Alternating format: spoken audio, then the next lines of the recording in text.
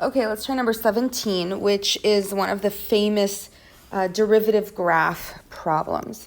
So they're giving us the graph of g prime of x. Keep in mind, not g of x, but g prime. And part A says, find the values, the x values, where g double prime does not exist. So if they're asking me where g double prime does not exist, I can kind of think of that as the derivative of g prime. So they're asking me, where does the slope of g prime of x, right? The derivative of g prime, where does that not exist?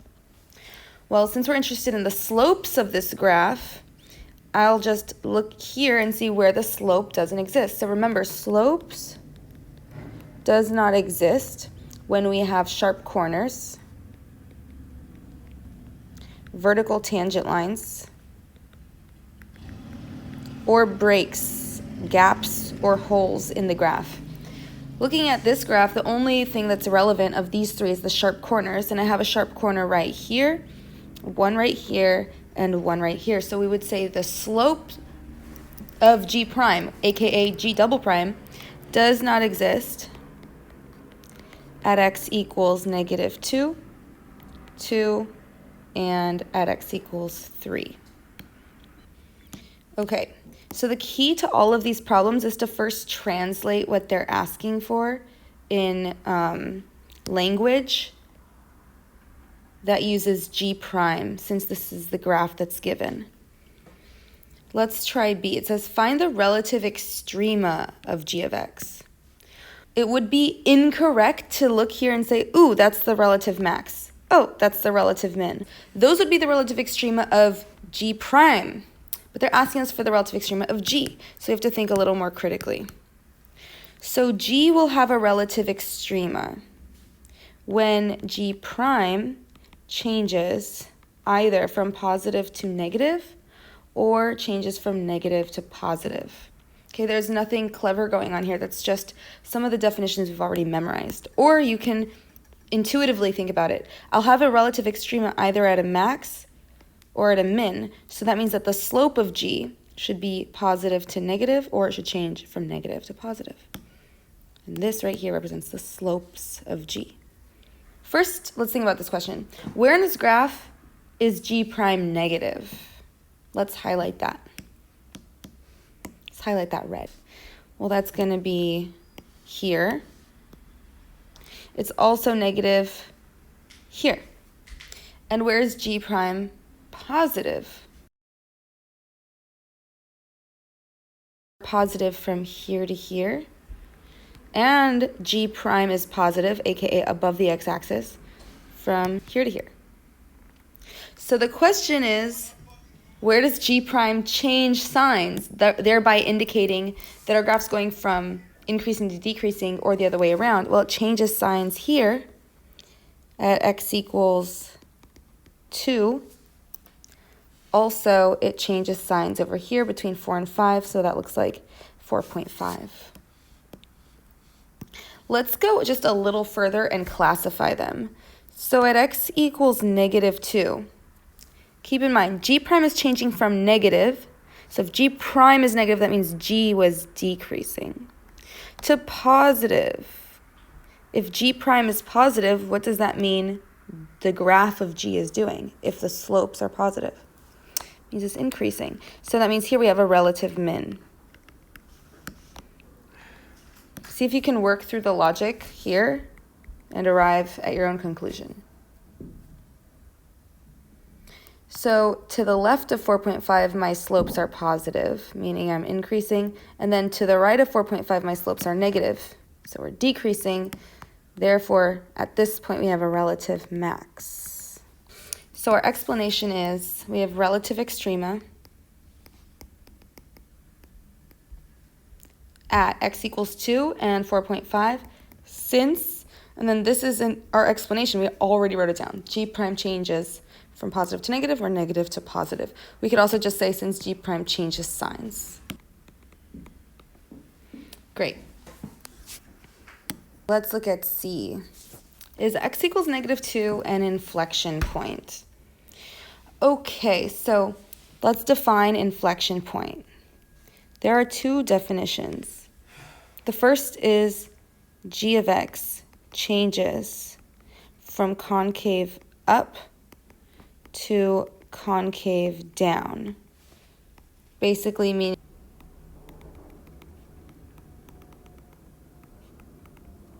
switches signs, right? So it can go concave up to concave down or the other way around. But I want the definition that uses g prime. So if you recall from your notes, the second definition of inflection point is that g prime of x switches from increasing to decreasing or the other way around or vice versa. Let's see where g dash switches from increasing to decreasing. Notice I'm not talking about positive and negative anymore. Okay, let's see where g prime is increasing. Well, g prime is increasing here. It also continues its increase up to this point. I'll mark that in red. Then it switches to decreasing from here down there. Then it switches to increasing. Let's keep going. And finally, decreasing all the way through. So you can see we have 1, 2, 3 inflection points. So g prime of x switches from increasing to decreasing or vice versa at x equals 0, or at x equals 2, and at x equals 3. And our explanation is g prime switches from increasing to decreasing and vice versa. This is why it's really good to have like a cheat sheet of all of your notes beside you so that you can just kind of scan it and pick out what definitions are relevant. The AP exam is a take-home exam this year, so it's okay to use your notes. In fact, it would be silly not to have your notes with you. So make sure you have a good, solid set of notes. All right, let's look at D. Find all the inflection points of G. Oh, we already answered that question. So let's go back and answer the actual question for C, which is x equals -2 an inflection point? And the answer is no, since g prime of x doesn't switch from increasing or from decreasing to increasing. On what interval is g of x concave down? This is, again, concave down. We've got two definitions. Definition 1 is g double prime of x is less than 0. Our second definition is that g prime of x is decreasing. Since we're given g prime, I'll use definition number 2.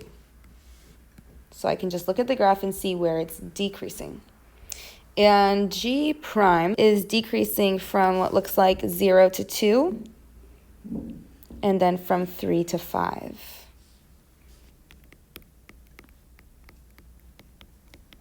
Our explanation, since g prime of x is decreasing. Let's say they had given me a graph of g double prime of x and said, identify where g is concave down.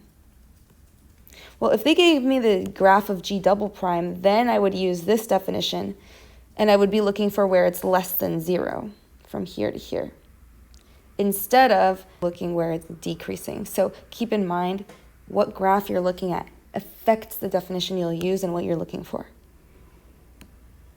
All right. F says, over what interval is g of x concave up? So let's first interpret that. Concave up means g prime is increasing or g double prime is greater than 0. Which definition will we use?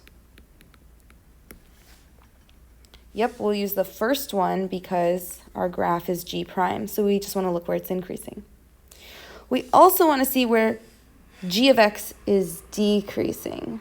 So g of x will be decreasing where g prime of x is less than 0. So our job is to look, where are we, A, below the axis, and then B, increasing at the same time. So let's first focus where we're below the axis. So we're basically like ignoring everything above the axis. So I'm only looking below the axis, and I only want to see where it's increasing. Well, that's only true from -7 until -2. So increasing, so that means that we're concave up.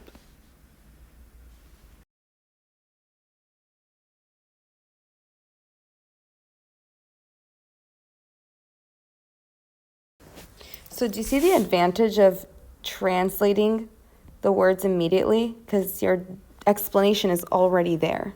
You just have to write your answer and then the word since for full points. Okay, part G says find G prime of 3. So G prime of 3, well, we're already given the graph of G prime, so G prime of 3 means just plug in 3 into this function and give me the y value. So the y value is going to be 3.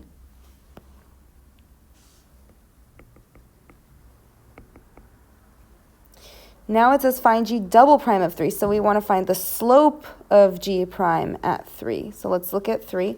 Well, what's the slope of this graph? The slope of the graph at 3 is, well, we have a sharp corner, so that means the slope does not exist. Great, let's do the same thing now with G prime of 4 and then G double prime of 4. Try it on your own. So first, let's look at G prime of 4.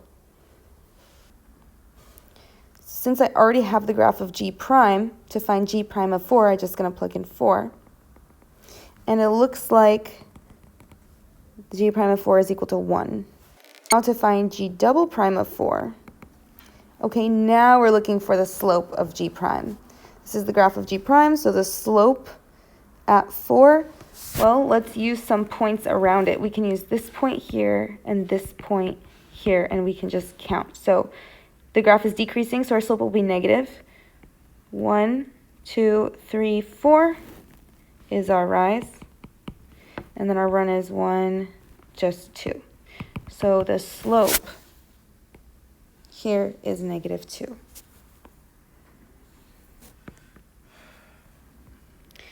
Okay, last question, and this one is actually probably one of the more conceptually tricky problems. So I'll see if I can explain it in 2 ways. H says, which is bigger, G of 0 or G of 4? G of 0 or G of 4? Well, let's look. I just want to be clear that we don't know what G of 0 is. G of 0 could actually be anywhere along the y-axis. Okay, so we have no information about the actual values. All we know about are the slopes. But what if I told you that the graph of G was increasing from 0 to 4? Then which one would be bigger? Well, if g of x was increasing, certainly you would say g of 4 is bigger because the graph is rising, so it would have to end up higher than it began. Or if I said the g graph is falling from 0 to 4, so it looks like this, then which would be bigger, 0 or 4? Certainly then G of 0 would be the bigger value since it starts higher and then it falls down. So we can actually tell which one is bigger even though we have no idea what G of 0 is. We can see which is bigger by deciding from 0 to 4, so from here to here. Is our graph increasing or is it decreasing? Well, notice G prime is positive for all of these values. G prime of x is greater than 0 for all these values. That means that G of x is increasing between 0 and 4.